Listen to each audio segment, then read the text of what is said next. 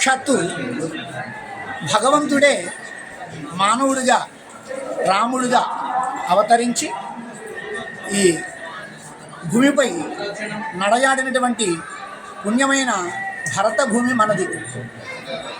అలాంటి శ్రీరాముడికి ఎన్నో సంవత్సరాలుగా సుమారు 495 సంవత్సరాలు ప్రమాణం 500 సంవత్సరాలుగా రాముడికి గుడి లేదు. ఒక కుటీరంలోనే రాముడు, సీత, లక్ష్మణుడు, ఆంజనేయ స్వామి కూడా అక్కడ ఉండడం జరిగింది. అయితే ఈ రోజుల్లో కొడుక్కి పెళ్లి చేస్తే కోడలు వస్తే కనుక ఆ ఇంట్లో చోటు లేకపోతే వేరేగా ఇల్లు తీసుకుని ఉండడానికని భార్య భర్తను అడగడం జరుగుతుంటుంది.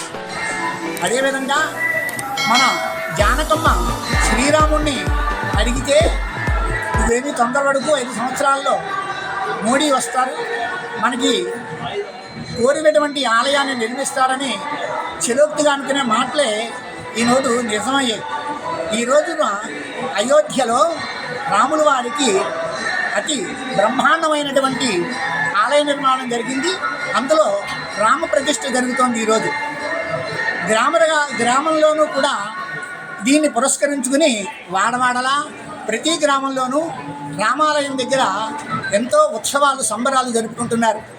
అటువంటి పవిత్ర పుణ్యక్షేత్రం సత్యనారాయణ స్వామి ఇచ్చినటువంటి అన్నవర క్షేత్రంలో రామాలయంలో తారక రామా కాలనీ నుండి లక్షలాది జనం అంటే పురోహితులు, అర్చకులు, వేద పండితులు, గ్రామ భక్తులు, గ్రామ ప్రజలు చాలామంది తండోపతండాలుగా అక్కడికి వచ్చి ఈ రాముల వారిని, సీతాదేవిని, ఆంజనేయ స్వామిని కూడా పల్లకీలో పెట్టి ఈ గ్రామంలో చాలా వైభవంగా ఊరేగించడం జరిగింది.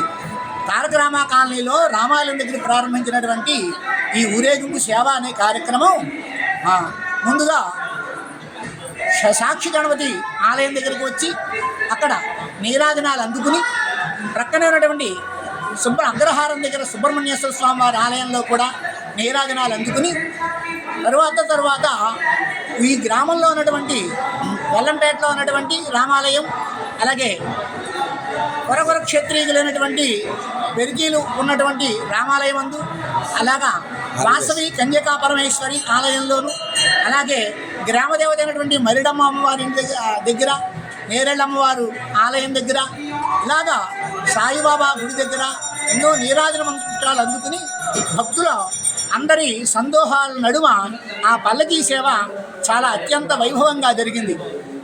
ఈ రోజున అన్నవరం అనుకోవట్లేదు, అందరూ కూడా అయోధ్యగా భావిస్తూ రామాలయంలో ఈ రాముడు ప్రాణప్రతిష్ఠ జరగడం చాలా ఆనందదాయకమని, ఎంతో సంతోషమని ఎందరో ఆనంద భాష్పాలతోటి వారి సంతోషాన్ని వ్యక్తపరుస్తున్నారు ఈరోజు. అదేవిధంగా శ్రీ వీర వెంకట సత్యనారాయణ స్వామి వారు తనంతట తానుగా వచ్చినటువంటి అన్నవర క్షేత్రంలో ఈ క్షేత్రపాలకులుగా సీతారాములు వారు ఉండడం మరో విశేషం. ఆ కారణం చేత ఈరోజు కార్యనిర్వహణాధికారి అయినటువంటి అచ్యుత రామచంద్ర మోహన్ గారు రామాలయంలో ప్రత్యేక పూజలు నిర్వహించారు. శ్రీరామ స్తోత్ర పారాయణాది కార్యక్రమాలు ఇక్కడ వారి ఆదేశానుసారం ఇక్కడ నిర్వహించి అతి వైభవంగా ఈ కార్యక్రమాన్ని చాలా చేపట్టారు. ఇటువంటి కార్యక్రమం రామాలయం లేనటువంటి ఊరు ఉండదని మన నానుడి ప్రకారంగా ప్రతి రామాలయంలోనూ వాడవాడలా గ్రామంలోనూ పల్లె పట్టణం అనే భేదం లేకుండా ప్రతి చోట అయోధ్య రాముడు ప్రాణప్రతిష్ఠ జరిగే రోజున ఎంతో సంతోషంగా రామరక్షా స్తోత్ర పారాయణలు, రాముల వారికి పూజాధికములు కార్యక్రమం నిర్వహిస్తూ పల్లకీ సేవలు చేస్తూ ఎంతో వైభవంగా భారతదేశంలో జనులంతా కూడా చాలా సంతోష ఆనంద వేడుకల్లో కొనియాడుతున్నారండి. అక్షర సత్యం. జై శ్రీరామ్, జై శ్రీరామ్. మనోరమే సహస్రనామ తత్తుల్యం రామనామ వరాననే. రామ అనే 2 అక్షరాలు మనం స్మరణ చేస్తే కనుక మనం చేసినటువంటి పాపాలన్నీ తొలగిపోతాయని మహర్షులు, దేవతలు అందరూ కూడా చెప్పడం జరిగింది. శ్రీరామ రామ రామేతి రమే రామే మనోరమే సహస్రనామ తత్తుల్యం రామనామ వరాననే అంటే మనం శ్రీరామ అనడం చేత, ఆ శ్లోకం చదవడం చేత 1000 పర్యాయములు రామనామాన్ని జపం చేసినటువంటి ఫలితం కలుగుతుందని పెద్దలందరూ కూడా చెప్పారు. అందరూ కూడా శ్రీరామచంద్రుల వారి అనుజ్ఞకు పాత్రులై సుఖ సంతోషాలతో జీవించగలరని, అందరికీ కూడా స్వామివారి ఆశీస్సులు కలగాలని దీని ద్వారా మీకు తెలియజేయడం జరిగింది. జై శ్రీరామ్.